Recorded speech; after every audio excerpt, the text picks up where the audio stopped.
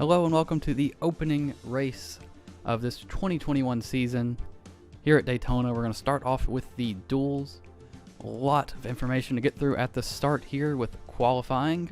Obviously could not film Daytona qualifying, but we have a front row of a couple fast forwards lapping at about 185 miles an hour, just under it. Brad Keselowski is in this duel, Harvick in the next.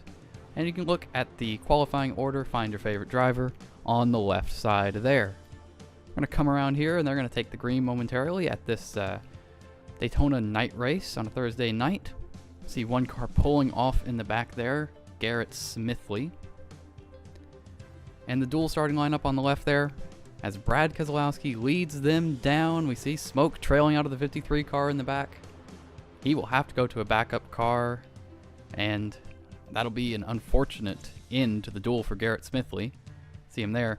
But back to the front, Alex Bowman, Brad Keselowski on the inside, working around there with Martin Truex Jr. Brad Keselowski will get out to a comfortable sort of half a car length lead and begin trying to do that classic thing we see at Daytona, working both lanes. Brad Keselowski, he's going to choose to let Bowman have the top, I guess expecting a better push on the top side from Martin Truex Jr. Bowman will get a great push from Kyle Busch, Matt DiBenedetto behind him, and he will actually go to the lead. Alex Bowman, and that's an interesting story anyway, with the 48 car. Same 88 team as last year, just a new number. Basically just renumbered everything, new paint scheme, new sponsor. Bowman will do the same thing as Keselowski, trying to get that top side rolling, but on new tires, the bottom would work really well. And you'll see later in this race, as it plays out, the top will begin to start working. Kyle Busch would get to the lead there, and he would do the same thing, trying to get the top, string the field out. And he would be the first car fast enough to really hang. He would hang for about a lap or two on the top. Then Matt DiBenedetto would work his way by. Help from William Byron. Pushing William Byron is Kyle Larson in the 5 car. Great comeback story for Kyle Larson, has redeemed himself and earned a ride in the 5 car. Obviously, no sponsors yet. Unsponsored as of now, just the classic sort of Hendrick Auto Guard scheme there for Kyle. Matt DiBenedetto hanging up there on the high side. William Byron's going to try and clear himself. Now Kyle pushing William Byron. Those 2 Hendrick teammates hooked up on the bottom. Another Hendrick car behind them and Ricky Stenhouse. Hendrick engine, sorry, not car. DiBenedetto and Kyle Busch, though, would be able to hang on the top. You'll lose a little bit in the corner, gain it back down the straightaway, similar to what we see on Sundays in real life at Daytona. Now, Kyle Larson, just talking about him, the epic comeback story, and he's going to make the move, looking for the lead on his teammate William Byron. Going to make it 3 wide, but does he have the momentum to clear? He got a nice little push from the 47 before he made the move, but he's come unhooked still. The 5 car, good enough to get himself clear of that 3 wide battle there with the 24 and the 21. 47 now moves in. It's 3 wide for second. Larson would not even try to block both lanes. He would do the same thing that we've been seeing, moving up to the top side and hoping for help. Alex Bowman makes an aggressive move through the middle, decides not to push William Byron, and that will actually stall out that line and causes Kyle Larson to lose the lead. Now Ricky Stenhouse Jr. will take the lead solely, and he would have the first car in a race that really just could not be controlled by anyone. He would be able to control it. He would pull out to a comfortable car length and kind of single file the field out for a moment. Now Ricky Stenhouse would continue that, and behind them, racing would get incredibly aggressive. Ross Chastain on the left there, you see. He's around Chase Briscoe as well, a couple promising young talents in the Cup Series this year. One of them a rookie, the other one new to good equipment, but not a rookie, has quite a few Cup starts to his name. Briscoe will definitely be talented on the road courses. That'll be one of the fun things to watch. Meanwhile, up front, Alex Bowman made a move on Kyle Larson to get to second, and he's going to make a great little move here for the lead. Follows him through the middle of the racetrack and turns down faster than the 47 can block. He's going to get under him and make a move for the lead. We saw Bowman get it earlier but couldn't hold on to it. Now he's going to try and get it back. Stenhouse leads at the line. Bowman will have to wait just a little bit to try and get himself clear. On the bottom here, he should be able to get it as fast as that car has been. It's one of the promising cars to look at for the Daytona 500. Ross Chastain pushing him. There's Chase Briscoe in third on the inside. Chastain would kind of do the same thing that Bowman did to Stenhouse. He rides into the corner, right in the middle on his tire tracks. He tried it in 1, it didn't work. He got the run again in 3, and this time he's able to get there before Bowman can block. Chase Briscoe pushes Chastain for a moment, then decides to change it up, and all of a sudden, Kyle Busch shows his face again. Lost the lead earlier, makes an aggressive move on Briscoe. Briscoe comes down to the middle of the track, but can't get to the bottom because Busch has got his fender inside. And Busch decides, while the 42 and the 48 stall each other out, he's going to take the lead for himself, and he does it. Clears them in 1 corner. The 18 car looking pretty stout here. And now with a 3 wide for second, Kyle Busch is able to establish himself in the lead. And that story would continue. 2 Penske cars behind him, but he's able to handle blocking both lanes and hold that car length buffer, sort of make a bubble that they cannot break. 22 and the 21 just sort of riding there behind the 18, not able to get through. And there would be a few pushes that come over the next few laps, but every one of them would stall out before they would get to the back bumper of the 18. Car just a little too fast to handle. And you can see here, there are 4 Hendrick engine cars, 3 Hendrick teammates plus Ross Chastain lined up on the top. They would make a few runs, but still, they could not break the bubble and get past the 18. And it didn't help that Joey Logano and Matt DiBenedetto weren't connected either. They were on different lanes. And here, as we come to the white flag, Martin Truex Jr. works his way up from the bottom, making even more of a nuisance. Those 2 Penske cars finally did get connected. Logano able to get behind Matt DiBenedetto and start pushing. And you can see that they're closing up. They're within a car length of the 18 now. But Martin Truex Jr. is able to push the 18 through the corner. And Kyle Busch will be able to hold that lead.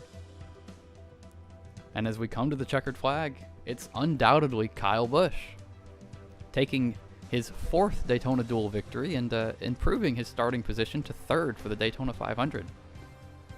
And proving that he has a pretty solid race car in the process too. Now we'll be moving on to duel number 2, which will be, usually there's 1 wild duel and 1 tame duel. And, well, the first one was certainly wild. A lot of lead changes, a lot of hard racing. So we'll see what the second duel holds. Starting lineup there on your left, Kevin Harvick, qualified 2nd. So he will be on the pole for this duel. There are a few lonely cars. Chase Elliott, the only Hendrick car. Ryan Blaney, the only Penske car. We'll have to see what they can do. Blaney did not qualify well, but perhaps that bodes well for his race because he could improve with good race trim that didn't qualify well. Kevin Harvick, Eric Almirola, a couple Stewart Haas Fords sharing the front row. They're going to race off into turn 1. Harvick will clear himself and probably pull up in front of the 10 on the backstretch. Chase Elliott, Denny Hamlin, both of them driving up to the back of the 4 car here. They have good runs coming off of 2. Chase Elliott holding in there. And Elliott's actually going to get a good enough run. You see him turn down to the bottom, make plenty of room, doesn't want to stall himself out on the 4 car. And he's going to get a good enough run to be inside going into 3. And when they're not up to speed yet, the inside is super valuable, and he's going to use it with help from Denny Hamlin to take the lead. And we talked about that lonely Hendrick car in Elliott. Well, he found his way to the lead anyway. But Denny Hamlin will challenge with a good push on the bottom. He's going to be able to do the same thing. See, Ryan Blaney, they are making an aggressive 3-wide move on Cole Custer. He started this race 11th. He's already in the top 5 on lap 2. So the 12 car is certainly here to play in the second duel, despite a bad qualifying effort. Denny Hamlin will clear himself for the lead here, but can he do anything with it? Well, he can't do enough because while him and Austin Dillon race, Blaney gets another massive run down the backstretch. I mean, that car is super fast on the straightaway, and he's able to get to the lead before we complete lap 3 from an 11th place starting position. The 12 car, really good. We'll have to see if anyone can do anything with it, though. That'll be the challenge. See a couple of RCR cars there. Eventually, that would form into this nice little group of 2 RCR cars, plus the associated 43 and 99, all up there at the front. A good showing for the RCR gang. The 99, a new team there with Trackhouse, operating as an associate to Richard Childress. Another new team in this duel in particular we can look at later is the 23XI team with Bubba Wallace. But there you see it, we have 4 RCR cars lined up there. The 3 kind of hung out of that line, but he'll get down there in a minute. So that'll be Blaney's challenge, is he has teammates behind him that are going to be really aggressive, pushing, trying to get to the back of that 12 car. But so far, he's been able to just sort of hang out and ride out front. Work both lanes, top side down the straightaway, bottom in the corner. Even when they get lined up, 4 RCR cars pushing up towards the rear bumper of the 12.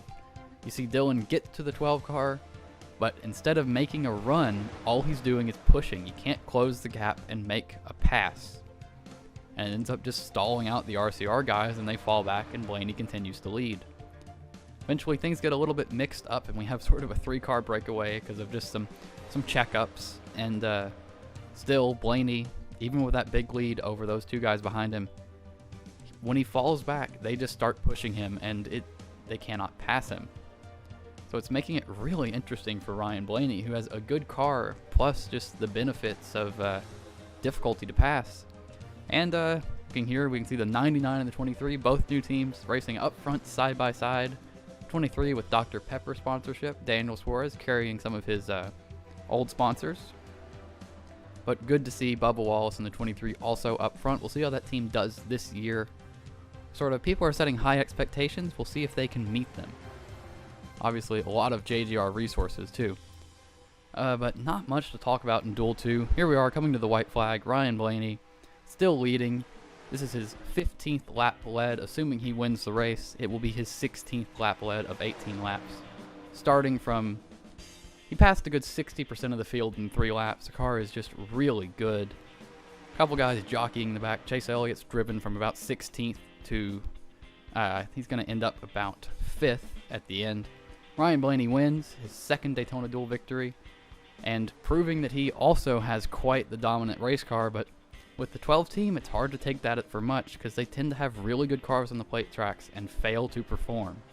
So it'll be interesting to see what the 12 does in the Daytona 500. But with that said and done, we can begin to look at our starting order for the 500. Keselowski and Harvick maintain their front row spots by not having to go to a backup car. Blaney improves from 22nd to 4th with good race trim there. Daniel Suarez, a strong start in 16th for a new team, as Bubba Wallace in 14th, proving that they've got something to say this weekend. On down to the 20s, you see some really good cars like Denny Hamlin, Kyle Larson, Ross Chastain, Briscoe, all down here mired in the mid-20s. So it'll be interesting to watch them come through. And obviously, tailing up the order, Garrett Smithley having to go to a backup after that engine failure. And that will do it for this video. I hope you enjoyed, and looking forward to the Daytona 500 on Monday. If you enjoyed it, leave a like, comment, subscribe, and see you on Monday.